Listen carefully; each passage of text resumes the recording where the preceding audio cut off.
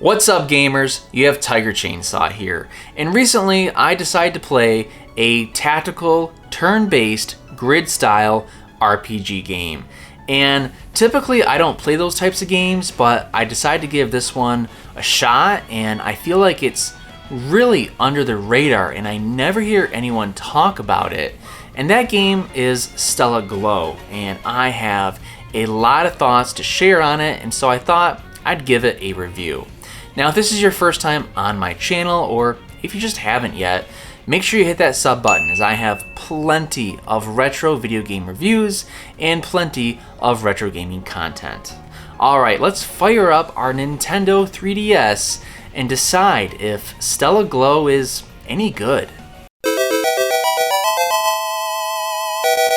Developed by Image Epic and published by Atlas USA in 2015 for the Nintendo 3DS, Stella Glow is one of the most unique tactical turn-based games I've ever played.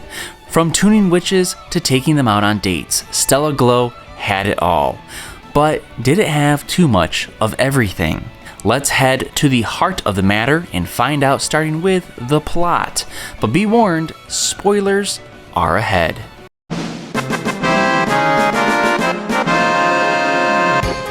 Stella Glow begins with Alto, the main character, and his childhood adoptive sister, Lizette, going on a hunt in the woods. They are warned by a mysterious woman named Hilda that they should leave their town, as destruction will soon come. Ignoring her warning, the two soon witness total chaos as Hilda performs a magical song called the Song of Ruin that turns everyone in the town into crystal statues. Alto and Lizette try to defend the town by fighting Hilda, but are intercepted by Dante, one of Hilda's underlings. Dante is about to perform the killing blow on Alto when all of a sudden Alto's pendant begins to glow, engulfing both him and Lizette into a spirit world. Lizette, who was inconsolable just before the blow, manages to calm down in the spirit world and reach a level of trust with Alto. Because of this trust, a special power becomes unlocked within Lizette, who is now able to perform water magic. It's important to note that music and singing are not part of the Stella Glow world. People have lost their ability to sing, so if people have this ability, they are considered witches. Anyway, Alto and Lizette manage to escape Hilda and Dante and choose to venture into the capital of the land in search of help and to see if there's any way to remedy the people who have been crystallized. And I should also mention that there's a second mystery brewing. Alto has lived with Lizette since a young age, ever since being discovered by himself wearing that pendant. He has no memories of where he was previously and does not remember anything about himself. Once the two make their way to the capital and warn the queen what is coming, it is discovered that there is a way to combat Hilda and her Song of Ruin. There are 4 witches of elements who can each sing. If they all sing together, they can form the ultimate song and protect the world from Hilda's Song of Ruin, and restore the lives of the people who have been turned into crystal. It seems that Alto has the skill to unlock the power within these witches, having already done so with Lizette, who was the first witch. The two of them set out with the Regnant's Knights, who are protectors of the capital and the queen. Tagging along with them is Klaus, who is the top commander of the Knights, to try and find the other 3 witches to complete the Song of Protection. First, they find Popo, the Witch of the Wind, who is living as a hermit on the outskirts of a seaside village. She's been manipulated by the mayor into thinking everyone in the town hates her for being a witch, and that she should perform her protective duties by herself. Alto is able to convince her otherwise, and she ends up joining the group. Next, they find Sakuya, who I'm sure I'm mispronouncing her name, but she's a fiery priestess. She acts extremely kind and friendly to her huge fan base, but behind the scenes, she is a complete hothead who rips into anyone who doesn't do what she says. As a priestess, everyone in her town looks up to her and worships her. Alto convinces her that it's okay not to be perfect all the time in front of people, and she joins the group as the Fire Witch. Finally, they find Morty Mort, the Earth Witch. She's been living by herself in an abandoned village made out of clay. The village is the one that she grew up in, but it was destroyed and everyone died except her. She believes it was her own fault, but Alto gets her to let go of the guilt, and she joins the team as the Earth Witch. During these expeditions to find the other 3 witches, Hilda and her crew continue to attack Alto and his team. She claims that she's trying to save the world by turning the towns into crystals, but Alto and his team ignore her declarations. Mysterious beings called angels also occasionally help Alto and defend his squad against Hilda, but more on those in just a bit. With the 4 witches together, Alto goes deeper into their spirits and unlocks their full powers so that they can properly sing in harmony together. The witches sing the Song of Protection, and Hilda and her squad members surrender to Alto. During this time, a small child named Marie appears, and she's adopted into the group. She's cheerful and she wants to be helpful, but she's too small and young to actually help. With Hilda and her crew captured, she tells Alto that the entire time she has been trying to save the world from the angels and their previous god, Mother Qualia. Over 1,000 years ago, Mother Qualia was formed on the moon from all of the negative emotions of humanity. Hate, envy, depression, all of those feelings gave birth to a physical form that arose on the moon.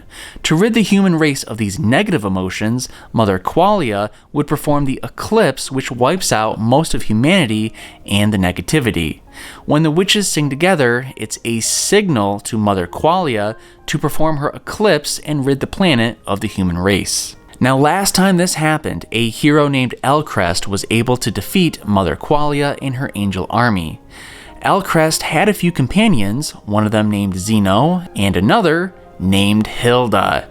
Hilda is the Witch of Time, and she reveals to Alto that he is actually Elcrest, and that Mother Qualia couldn't kill him, but was able to put him into hibernation for 1,000 years. Hilda used her time powers to manipulate her age to protect the world against the awakening of the 4 witches. She believed that if she turned enough people into crystals, their negative emotions would stop and the rest of the world would be saved. So it was kinda a sacrifice thousands to save millions situation. Alto understands his true identity as Elcrest and realizes he needs to stop Mother Qualia. The angel army then turns on humanity and attacks the capital, killing the queen in the process. But the bigger surprise is that Klaus is leading the attack. He reveals that he too is over 1,000 years old and used to go by the name of Zeno, one of the former heroes along with Elcrest. Mother Qualia kept him alive and corrupted him to be an agent for her. Now, if you recall Marie, the small child that showed up out of nowhere, well, it turns out that she's an angel and half of Mother Qualia. The other half of Mother Qualia turns up as an entity named Eve. Eve kidnaps Marie to force them to merge together to form the true version of Mother Qualia. While most of the capital is destroyed, Alto and his team regroup and head to the moon to take on the angel army, Mother Qualia, Klaus, and to try and rescue Marie. Now, with the 5 witches, Alto also learns that the witches can sing the celestial hymn and destroy Mother Qualia once and for all. So, they defeat the angel army, kill Klaus, and are faced with a decision. If they kill both Eve and Marie, they will permanently defeat Mother Qualia and stop the cycle of the eclipse. It's noted that Marie wants them to kill her so the humans will be safe. Or they can disobey Marie, and Alto can try and tune her in the spirit world. If he does this, Eve will begin to feel all of the positive emotions of humans instead of the negative ones, and the eclipse cycle will be stopped. But Eve will have to forever remain on the moon along with Marie and watch over humanity. The final choice is up to the player, but the true ending is the one where Eve and Marie remain on the moon together and reign as loving gods. It's also to be noted that there are romance options during Stella Glow. Depending on the relationships you make with the girls, you'll end up with one of them potentially raising a family and living together. The epilogue all depends on the relationships that you've created with the characters. Speaking of the characters, I want to take a closer look at each of them who are playable in your party and share some quirks and personalities of theirs. Alto. He's the main character and is pretty much level-headed and forgiving. Like most main characters, he can be a bit too forgiving and nice, but he doesn't really have any annoying traits. He holds his own in battles too. Klaus. He is powerful in battle and is well composed. He seems very wise, and he should be at nearly 1,000 years old, but he's obviously a dick because he betrays you and fights for Mother Qualia. Rusty. My man Rusty. This guy was hilarious and he loved titties. He's a solid fighter and loves to party. He was definitely one of my favorite characters. Ewan. He's a merchant with guns. I didn't really use him much as he seems to be pretty girly. Keith. He kind of reminds me of your weird ripped friend who is really sensitive and smart. He uses bows as a weapon. Think of him as a Fabio with feelings. Archibald. He's pretty straight-laced and will do anything that you command. He's very solid in battle. Think of him as a brick wall. Dante. He's one of Hilda's cronies. Once he joins your group, he can be fairly useful, although he still has an attitude and is sarcastic about everything. Lizette. She fulfills every weird stepsister fantasy of, we can have sex because we aren't blood related. She's very sweet to Alto and worries about him a lot. She's a good healer in combat and tries to take care of everyone outside of it. Hilda. She comes off pretty strong, but once she joins your group, you realize that she was just trying to do what she thought was best. I think Elcrest, aka you and her, were a thing 1,000 years ago, and she wouldn't mind that flame being rekindled. She's great in combat with her time mechanics. Popo. Oh, Popo. I love her so much. She speaks in third person, but she's really sweet and pretty dumb. I'm pretty sure anyone could trick her into sleeping with them. She's an airhead, but she wants everyone to like her and she's helpful. Now, she's fairly weak on the battlefield, but can attack from great distances, which does make her useful. Sakuya. She definitely likes to be in charge. She's a hothead and can yell right back at you if she doesn't agree with your decision. She's good with close combat, and if you can get past her anger, she can kind of be sweet to you. Morty Mort. Ever met a girl that has nothing going on upstairs? That's Morty Mort. I think she's stoned off her ass all the time, and she's pretty lazy, but she has some cool weapons with the guns. I didn't really interact with her too much due to her dull personality. Giselle. She's a big mystery, first attacking you and then joining your team, but she's really a man-made angel and she kind of has a robotic personality. She's very powerful though and great in battle. Nonoka. My favorite girl in this game is not a witch, but a ninja with a box on her head. Thank God it doesn't cover up those fat cannons attached to her. She's very quick in battle and does moderate damage. She's very shy and timid and thinks she's always doing something wrong due to years of abuse from her master, Sakuya. She's very much a slave-to-master relationship. Veronica. Good lord, I hope you brought cookies to go along with those milk jugs. As huge as her tits are, her brain might be even bigger. She's too smart for her own good. She's a mad scientist who loves to study witches and Mother Qualia. She's pretty powerful though on the battlefield. Medea. She's actually not a usable character. I just wanted to show her off because she's a freak. She loves watching you tune the girls. She's definitely a voyeur and gets off when you go deep into their spirits. She has a chamber where you go to get the girls into the spirit for tuning. Finally, there are some wild epilogues in Stella Glow. I'll pick two to share. The first has Lizette and her mom baiting you into a family threesome. I bet you would have seriously assaulted me if I didn't wake up. What would have been wrong with that? It's just another splendid way for a married couple to communicate. But it's morning now. You know, morning? Well, let's just consider it nighttime until you get out of bed. What kind of logic is that? It's fine. Just leave it all to me. Oh, hey! Mom's downstairs. We need to be careful. Oh, Alto. I've told you before, don't mind me. Mom! Mom! Good morning, you two. I came to check on you because it's getting late. Mom, we were just getting to the good part. Oh, Sorry for interrupting. Your food is getting cold, but please, take your time. Now, if you thought that was weird, well, just let me show you this one.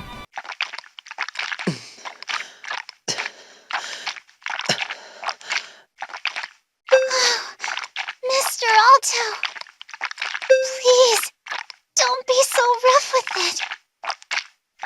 What do you mean? I thought you wanted me to do it like this. Yes, but you're stirring it up in every nook and cranny. Whoa, it's brimming over. Is it supposed to get this wet? This is how Milady likes it. Are you sure? Go ahead. Taste it. Taste it to your heart's content. All right. I think it's ready, yeah? I'm gonna put it in. Mr. Alto, I can't believe this is your first time. You're amazing. Yes! Whoa! Oh, don't hug me! They're touching me! They're touching me! Sorry. Ugh. Now, I feel that was a very in-depth plot explanation, which I hope you enjoyed and appreciated, because that was a lot of work. But now to the gameplay.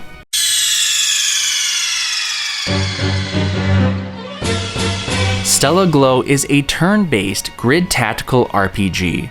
It's divided into chapters, with each chapter progressing the story. Within the chapters are required battles against specific enemies. Most of the game is static screens with character dialogues before switching to grid battles. There is some animation in it, and it looks great on the 3DS. The voice acting is excellent. I came away very impressed with the voices, and they made the characters come to life. Now, the conversations that the characters have with each other are genuine and feel real. There's no cringy dialogue or bad writing. Characters will argue, some will have faults, emotional outbursts, and at times say excessively non-PC words like midget, which made me laugh. Humor is huge in this game, and it's typically perverted jokes or quips, which is my type of humor. You will spend time talking to other characters, and cutscenes can be a little bit lengthy. There was this one instance where it was a 45-minute dialogue dump that kind of ruined the flow of the game. Now, it's important to note that while playing Stella Glow, a portion of the game can be considered a dating sim. You can spend time with the characters and work toward boosting your affinity with them. The more affinity, the better the perks with the characters, but you can only spend a certain amount of time after each battle, so pick wisely who you spend it with. If you don't spend time with any of the characters, you can do other things like odd jobs for the shops in town. Doing these jobs will earn you bonuses like 5% discounts. Each girl is designed very well. That's why I love Japanese developers. They make characters fun, and the girls in Stella Glow are very fun. One aspect with the witches is tuning them. They will need to be tuned up, and it's pretty sexual. You will essentially enter their heart and into the spirit world, going through their biggest fears and solving them. When you do this, they become stronger. They are fun side missions, and sometimes are required to progress the story. Stella Glow is not an easy game. There were times when I needed to grind in order to beat the next battle. You'll be able to go to battlefields and refight wild enemies again and again to level up. I didn't mind it too much, but there were times when I got a little annoyed at having to grind against the same enemies. Within your group, you'll be able to select quite a few characters to team up with on the battlefield. You won't have your whole crew out there, but you'll have a lot. Each member in your group has pros and cons, special powers, unique weapons, and strengths and weaknesses to physical or magical damage. There's a lot of strategy that goes into setting up where you want your characters to start the battle, depending on who and where you are fighting. Some characters will be healers, some are magic users, some are ranged or close combat. The witches all have superpowers that become very useful in battle that will deal mega damage or heal your party. You'll want a few of each if you want to win. When it comes to turn-based tactical RPGs on grids, it doesn't get much better than Stella Glow on the 3DS. Most battles will be around 10 minutes, but when you get deep into the game, the battles can really drag on. There was one battle that lasted 4 hours. I am not exaggerating. It was a battle of attrition, and it was the only way that I knew how to win. Essentially, the enemies used up all their powers and only had a few weak attacks left after I just kept healing my own team.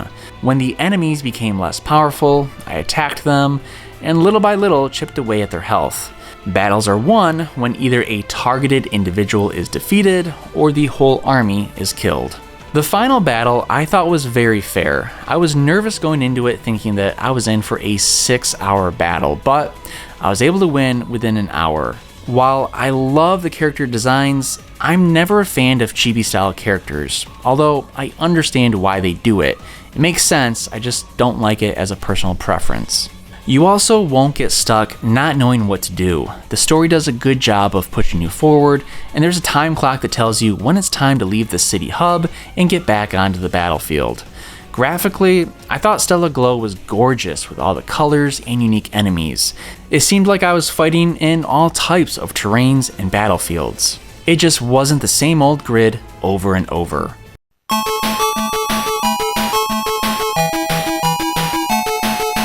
It takes a lot for me to play a tactical turn-based grid-style RPG. Stella Glow kept me entertained with the hilarious and well-designed characters, the wide variety of battle styles, and the ever-changing battlefield. The story had me hooked and the voice acting made the characters come to life.